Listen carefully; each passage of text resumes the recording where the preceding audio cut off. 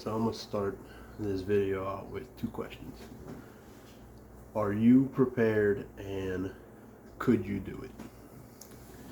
So with that being said, today one of my fears in my life came true, and it was too close to comfort for one being who I was with and two where we were at. So we went and watched my brother-in-law John's baseball game in Youngsville at the sports complex. It was a good game. So after everything, we decided, hey, let's go eat at Rotolo's.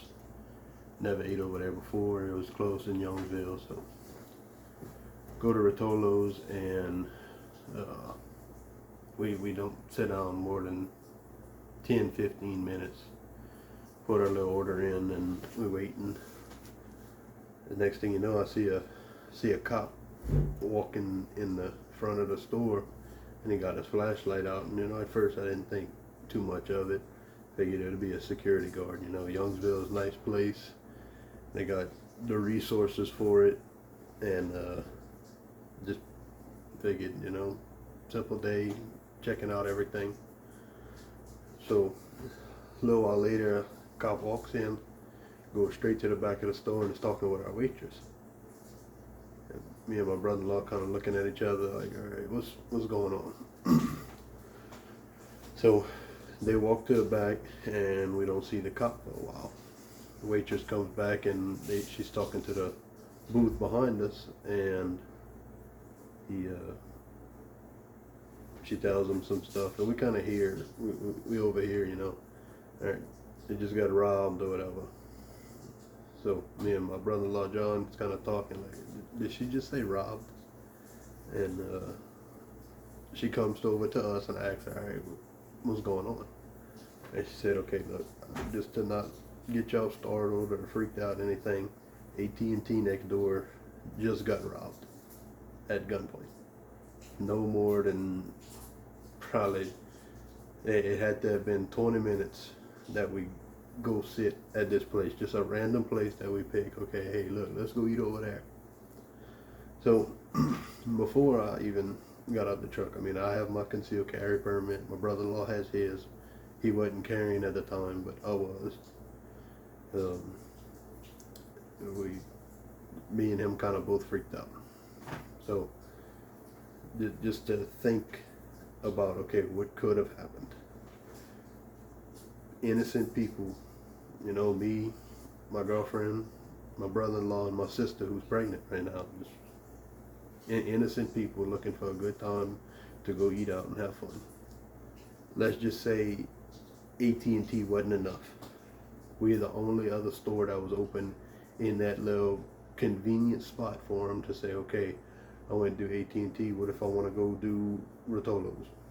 And not to say just, okay, it's convenient, it's just that people are crazy nowadays. And it's been like this. There's robberies every day. And it just goes to show, I've always preached it to my family, you should carry a gun everywhere you go, no matter what. I carry a gun in my house. I carry a gun to go walk outside.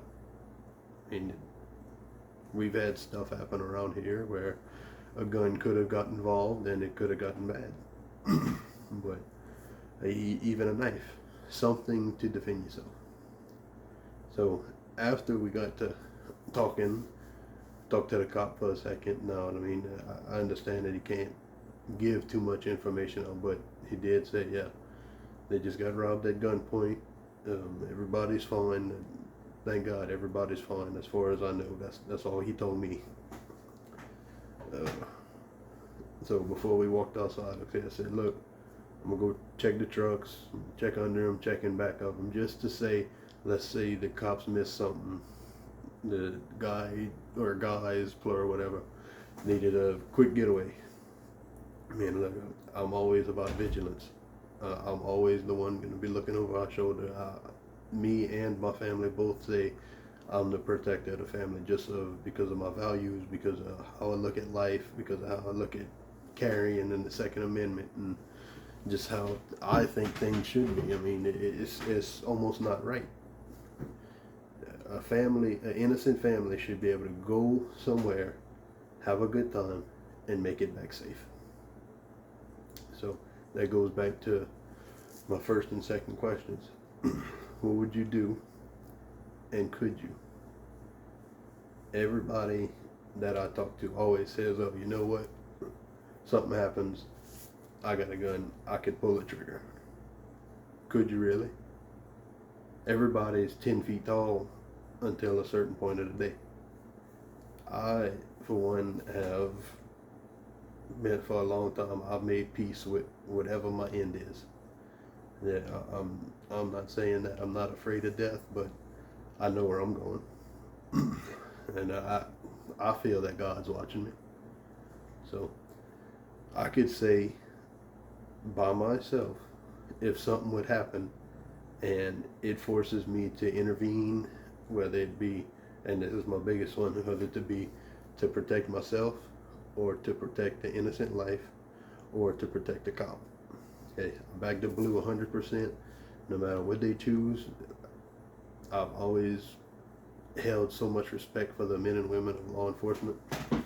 And to say that if I was by myself and I seen something happen, or if I'd have seen the guys running out, and if I'd have seen their gun, if somebody would have just so happened to scream, yeah, I would have intervened. No doubt about it. No second thoughts, no questions, no guesses about it. Put your family into it. Put your family in that same spot that you in at the same time. Do you think you have the means to protect your family? And everybody says, yeah, I mean, I'm going to protect my family. And there's no doubt. I'm not questioning you about it. What I'm questioning is, how do you do it? Okay. We walk in, let's just say they walking out and I see the gun. First thing I'm going to do is I'm going to tell everybody, all right, y'all stay together, get behind me. Some shit's about to go down and I need to get y'all in a safe place. I will walk y'all, or if we can, get back to the trucks, and I'll drive y'all back to whatever safe space I can find at that time. But what happens if it doesn't go that smoothly? Okay. What happens if, okay, one of the guys or anything would come up to you? I mean, look, if I'm with my family, you getting everything. You getting my wallet, you getting my keys, you getting my girlfriend's wallet, you getting my girlfriend's keys, you get my sister, my brother, my mama, anybody. If I feel that that's the best thing to do, I'm not putting my family's life in a situation that could be avoided. Now, I know a lot of people might have a very big controversial argument about that, and I understand. It's your stuff. And yes, I do feel 100% that I worked for it. I will protect my property. But put your family into it. That property no longer, that value goes out the window. Your family should be your number one priority. I took it upon myself after, even with 8 cops over there. I checked all the trucks before we got into it. John checked his truck, and we both communicated, all right, look, everything's all right. But it's just stuff like that. You never know what could happen. Always have something to protect yourself. Always carry a gun if you can. Go get your concealed carry license. Take the classes. Take the training. Hey, I'm no John Wick, Dirty Harry marksman of the year, but I know what I can and cannot do with the different weapons that I have on me at the time. I know what I could do with a pistol. I know what I could do with a rifle.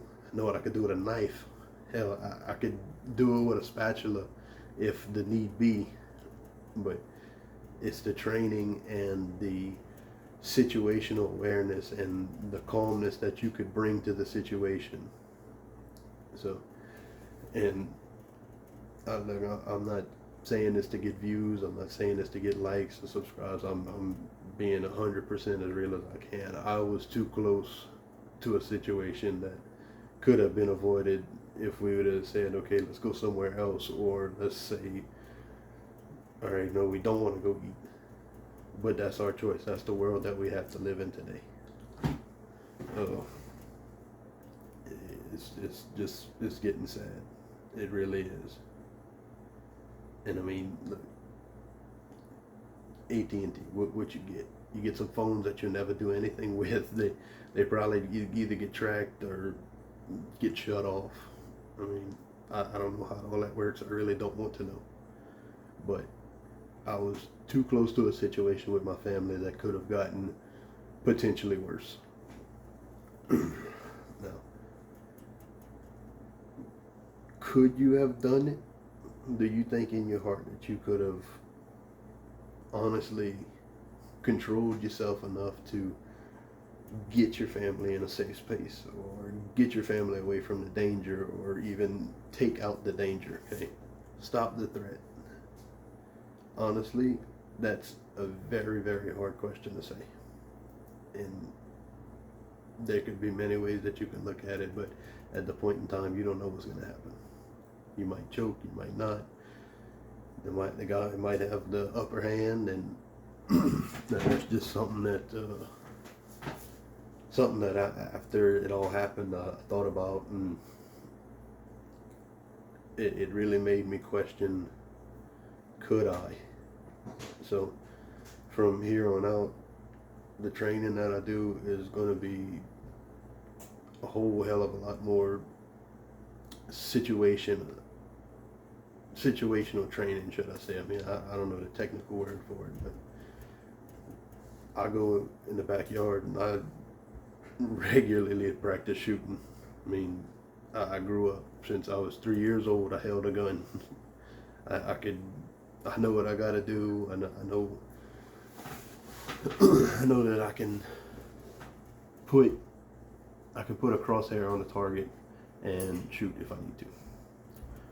That is totally different than a threat that needs to be taken down, or your family's in danger and you need to get out. It's as simple as that. So to all my people watching, thank y'all for watching, and hopefully this changes some of y'all's mind about, okay, I don't want to carry a gun, or okay, I don't feel like I should have to carry a gun, because right now that's total bullshit. Carry a gun everywhere you go if you can. Get your concealed carry permit. It's worth it. And even if you don't have your concealed carry, open carry. Put it in your purse. It don't matter. For all my women watching, y'all, please be careful. Things happen in an instant, and it could be life-changing for you or your family. So, with that being said, hope everybody has a good night. To the Youngsville PD, the men and women that came out, hope y'all enjoyed the pizza, because I couldn't.